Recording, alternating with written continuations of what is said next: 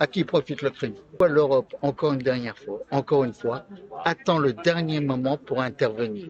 Alors, ce n'est pas contre le peuple turc que les Européens doivent intervenir, parce que le peuple turc est un grand peuple. C'est contre Erdogan, qui est un dictateur et qui amène avec lui, encore une fois, les frères musulmans, qui va financer aussi tout ce qui est au niveau terrorisme en Europe, en Afrique du Nord, et il est là le danger. C'est ce financement occulte qu'il y a par ces mercenaires qu'il envoie et les massacres qu'ils font. Parce qu'on oublie quand même un peu trop vite, la dernière fois, lorsqu'il est rentré en Libye, ce qu'il a fait aux Yézidis.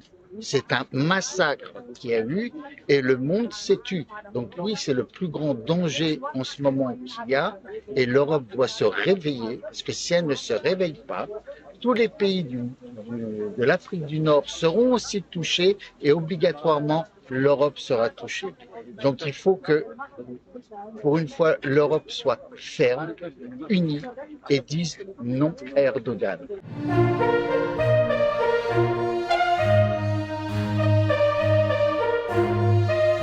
Today is that President Erdogan poses a threat, a real threat, to peace and stability in the Middle East and in North Africa, in Libya, in Syria, in Israel and in the Palestinian territories as well. It's very dangerous for Europe.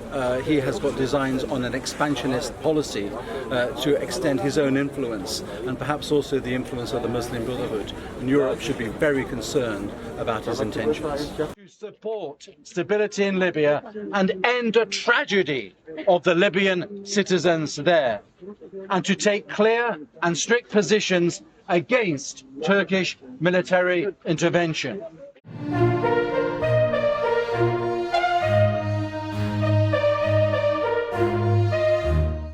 Nous sommes ici pour les dirigeants européens pour protéger nos pays et pour prendre une décision fatale contre le tyran Erdogan.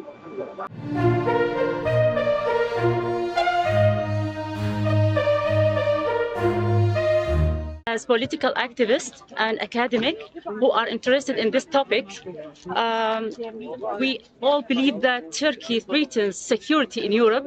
This is the first thing that we believe, and also the military interforce in Libya, in Iraq, in Syria also. Here we are asking European Parliament to support our decision to come here, because from Berlin to Belgium it is around 12 hours. For us this is not easy, but we have a mission and a message to say here. Please protect our Arab countries, please protect Libya from Turkey and from Erdogan.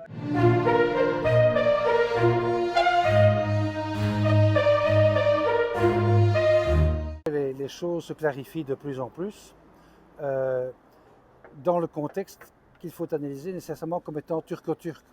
En réalité, ça fait plusieurs années maintenant que le président Erdogan est en nette perte de vitesse électorale en Turquie parce que les résultats économiques ne sont pas à la mesure des attentes du peuple turc.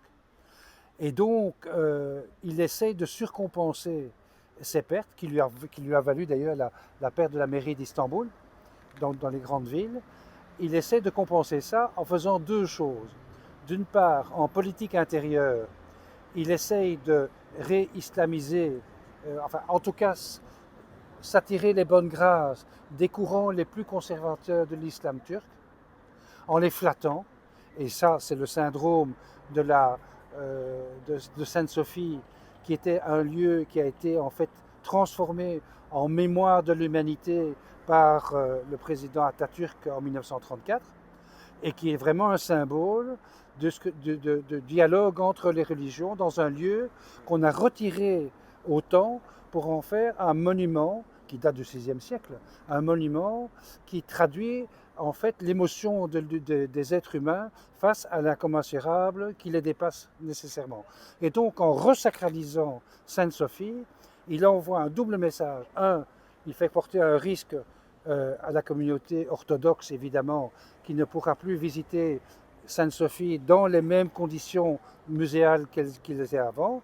Et d'un autre côté, il envoie un signal fort en direction de la partie la plus conservatrice de l'islam turc pour leur donner des gages de fidélité. Ça va dans le sens de ce qu'il a déjà fait dans le temps, avec le port du voile dans les universités turques.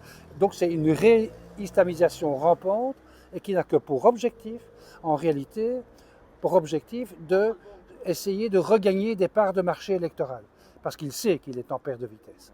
Ça, c'est le marché sur le plan intérieur.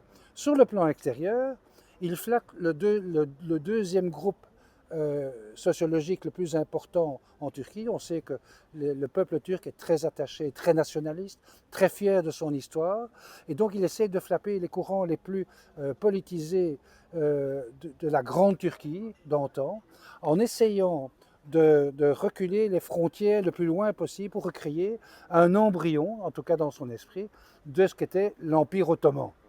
En réalité, il fait ça pour deux raisons.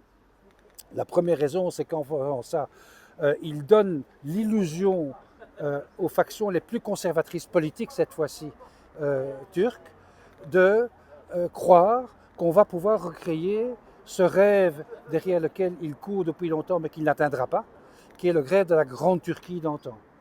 Et d'autre part, se cache derrière ça évidemment des choses beaucoup plus terre à terre, parce que pourquoi la Libye? Mais tout simplement parce que la Libye est un élément essentiel dans la stratégie géoéconomique du président Erdogan.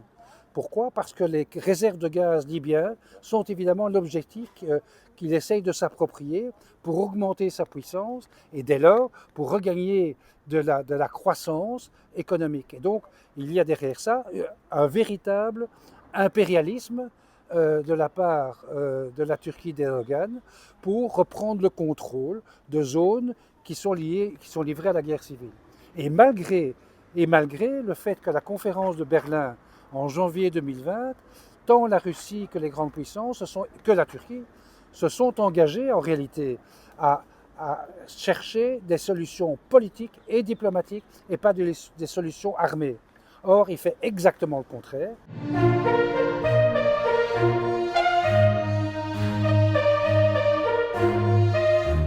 Il y a de plus en plus une confusion entre ce nationalisme, la militarisation et l'islamisation radicale. Donc il y a aujourd'hui par exemple la Dianette est un instrument du nationalisme et aussi c'est radicalisé sur le plan religieux. Et donc c'est cette confusion-là, ce projet politique-là qui est effectivement inquiétant et qui est en compétition avec d'autres projets radicaux. Hein. On sait que l'Arabie Saoudite a son propre projet salafiste, on sait que le Qatar a son projet avec les frères musulmans, on sait que l'Iran a un projet qui est aussi un projet chiite radical, et donc il y a une forme de compétition entre ces quatre puissances régionales sur un agenda à la fois politique et religieux radical, qui est inquiétant parce qu'ils sont en compétition, mais d'une certaine manière, c'est une espèce de surenchère permanente, c'est-à-dire qu'ils essayent auprès d'un électorat, d'une population musulmane, de faire valoir qu'eux sont là comme force protectrice, comme force qui va pouvoir, à travers ce projet politique, les aider socialement.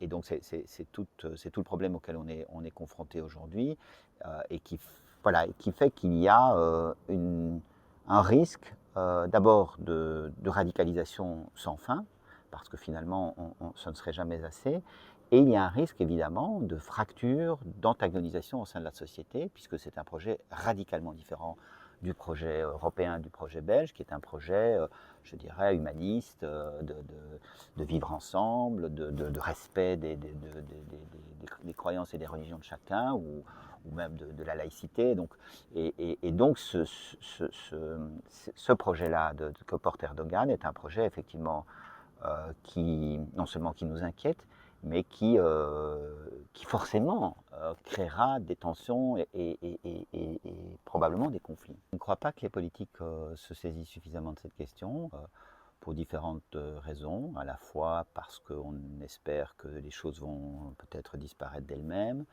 parce que il y a quand même une certaine forme de clientélisme. Hein. On sait qu'on vote dans la communauté turque, par exemple, on vote massivement Erdogan en Belgique, et donc on a peur de se mettre à dos cette communauté.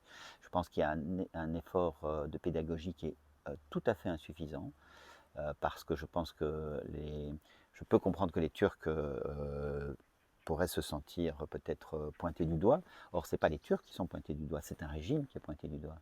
Il y a en Turquie, évidemment, toute une population qui n'a pas envie de cela. D'ailleurs, on le voit, hein, la mairie d'Istanbul a été perdue. Et les Turcs en eux-mêmes n'ont pas demandé que la guerre soit portée en Libye, qu'elle soit portée en Syrie. J'entends aujourd'hui que le conflit renaît entre l'Azerbaïdjan et l'Arménie, et que la Turquie se réjouit d'être derrière l'Azerbaïdjan. Enfin, tout cela, c'est très inquiétant, et je ne pense pas que les Turcs ont demandé cela. Et donc, je crois qu'il y a un effort à faire auprès de la communauté turque, de dire, écoutez, nous sommes du même côté, si vous êtes venus, ou vos parents sont venus en Belgique, c'est que vous souhaitiez effectivement qu'il y ait à la fois de la paix, de la tolérance, du vivre ensemble et de la prospérité. Ce n'est pas le modèle d'Erdogan.